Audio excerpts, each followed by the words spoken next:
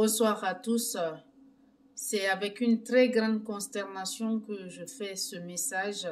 Je suis meurtrie, je suis touchée au plus profond de moi par ce qui est arrivé à cette jeune dame qui avait tout l'avenir devant elle, Massila, victime de la barbarie de soi-disant médecins dans des soi-disant cliniques de la place. Il y en a des tonnes comme ça, tous les jours.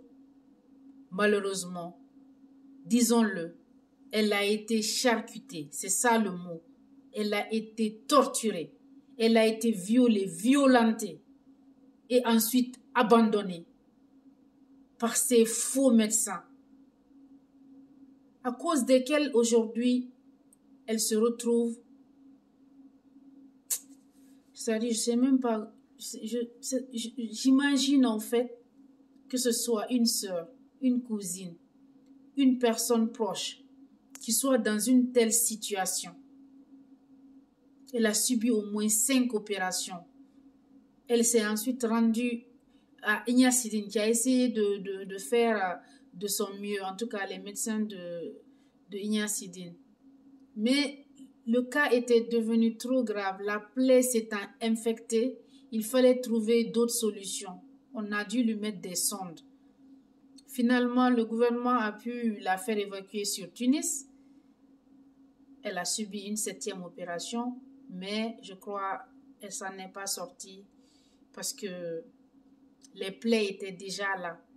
Au moment où elle partait déjà, selon l'intervention de son papa dans un média, son système digestif était atteint. Parce que lorsque ces personnes-là ont voulu la torturer, la faire avorter, ils ont non seulement touché son utérus, mais ils ont perforé l'intestin.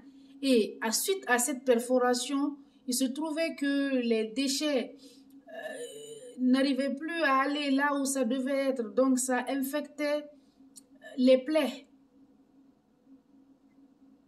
C'est terrible ce qui est arrivé à Massila. C'est terrible. J'en appelle à toutes les parties prenantes de s'impliquer pour que justice soit faite. Justice doit être faite à Massila.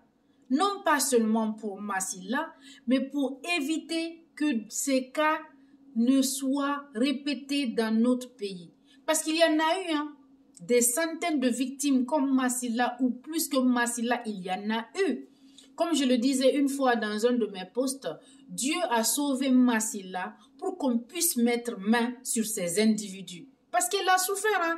Si elle devait partir, si elle devait rendre l'âme, elle avait vraiment subi des étapes plus graves.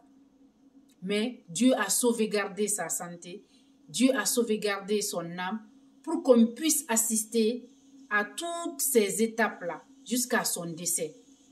Massila est aujourd'hui la voix de toutes ces victimes-là. C'est pourquoi je dis et j'exhorte le gouvernement, la prochaine assemblée temporaire qui est le CNT, à voter une loi Massila, une loi contre les violences dans les hôpitaux, dans les officines et tout type de services de santé et contre les faux médecins, les fausses cliniques dans les quartiers. C'est une arnaque. La santé publique est menacée. Passez le message.